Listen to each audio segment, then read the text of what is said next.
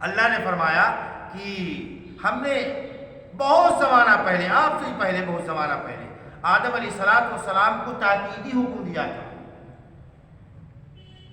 کہ دیکھیے جنت میں سب نعمتیں تمہارے لیے، سب دروازے کھلے ہیں، ہر نعمت چاہے کہیں بھی جائیں، کچھ کھائیے پیے، کوئی پابند نہیں آزادی۔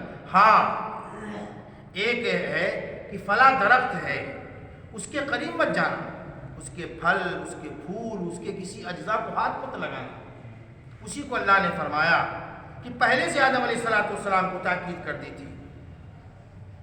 فنسیا، آدم علیہ السلام بھول گئے۔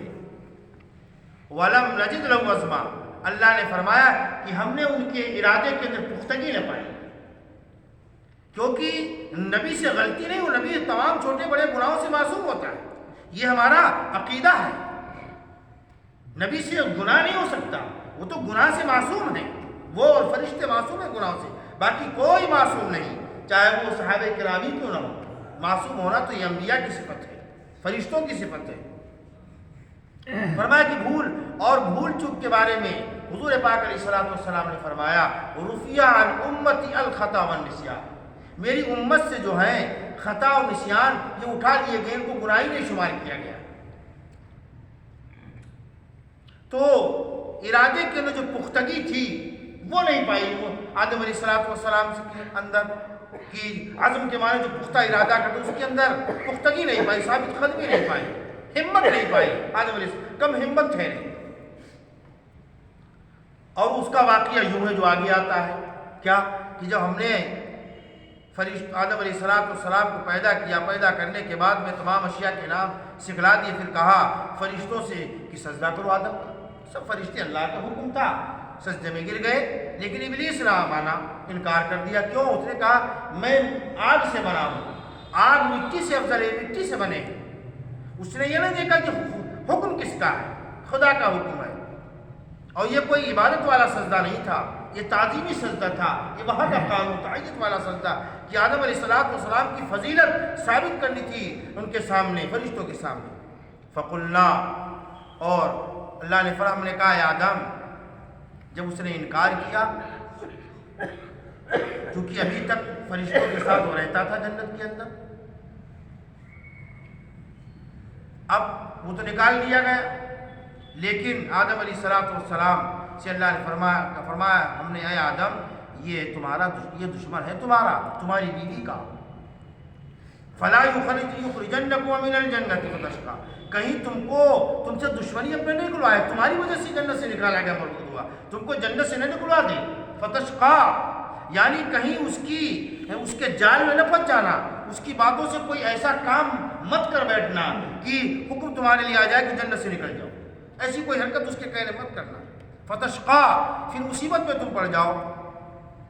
مطلب یہ ہے کہ جنت کے اندر تمہیں کھانا بھی میسر ہے، پینا بھی میسر ہے، کپڑا بھی کیا کہہ رہے ہیں، کوئی محنت و مشقت بھی نہیں کرنی پڑتی تمام نعمتوں کے اٹھائے حاصل کرنے میں، آرام و چین کے ساتھ رہ رہے ہو۔ اور جب اگر تم کوئی حرکت کر کے جنت سے نکل جاؤ گے تو یہ سب چیزیں حاصل کرنے کے لیے تمہیں دنیا کے اندر محنت کرنی ہوگی، محنت مشقت کرنی ہوگی۔ یہاں مسئلہ ان لک الا تجوع، یہاں تم کو بھوک بھی نہیں لگے گی، ولا تعریٰ، تم ننگے بھی نہیں ہوگے، یعنی بھوک لگنے کا مطلب یہ نہیں کہ بھوک کی تکلیف نہیں ہوگی، وہاں دیر سے کھانا ملے، خواہش پیدا ہوئی ساری چیز آتی ہاں، اور نہ ننگے ہوگے، اور نہ یہاں کے اوپر تم کو پیاس لگے گی اور نہ دھوپ لگے گی۔ تو چاروں چیزیں آ گئیں، کھانا، کپڑا اور پیاس، سب یہ آ گیا کہ اس کے اندر والا اور کیا کرنا، دھوپ ہوگی، جنت کے اندر دھوپ ہے ہی نہیں، مکان۔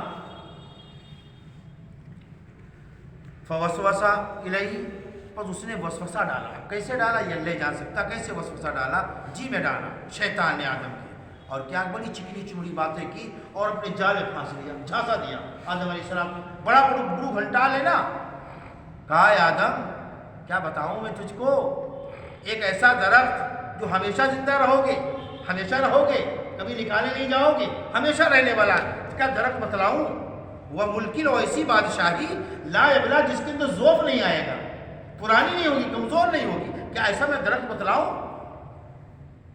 اس نے بتایا، فَأَكَلَا مِنْهَا، دونوں نے میاں بیوی نے وہ کھا لیا۔ اب جب وہ درخت کھا لیا تو اس غذا کا اثر یہ ہوا، فَبَدَتْ لَهُمَا، سب سے پہلے گناہ کا اثر کیا ہوا؟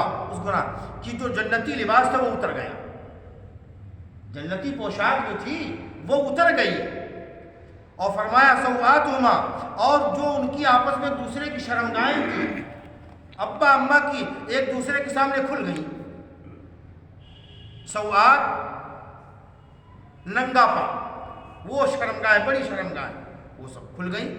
وطفقا، جب وہ کھل گئی تو شرمندہ وطفقا، اور اپنے جسم کے اوپر شرمگاہ چھپانے کے لیے جو ہے وہ جنت کے پتے چپکانے لگے۔ تو شرمگاہ کا چھپانا ضروری ہے۔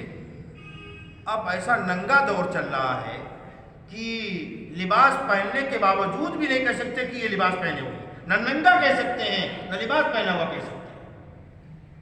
یا تو اتنا باریک لباس ہے کہ جس سے جسم کی بناوٹ صاف نظر آتی ہے، ابھار صاف نظر آتا ہے، اور یا اتنا باریک ہے کہ جسم نظر آتا ہے، اور یا کپڑا اتنا چھوٹا ہے کہ جسم کا جتنا چھپانا ضروری ہے وہ کھلا ہوا، تو لباس کا مقصد ہی فوت ہو گیا۔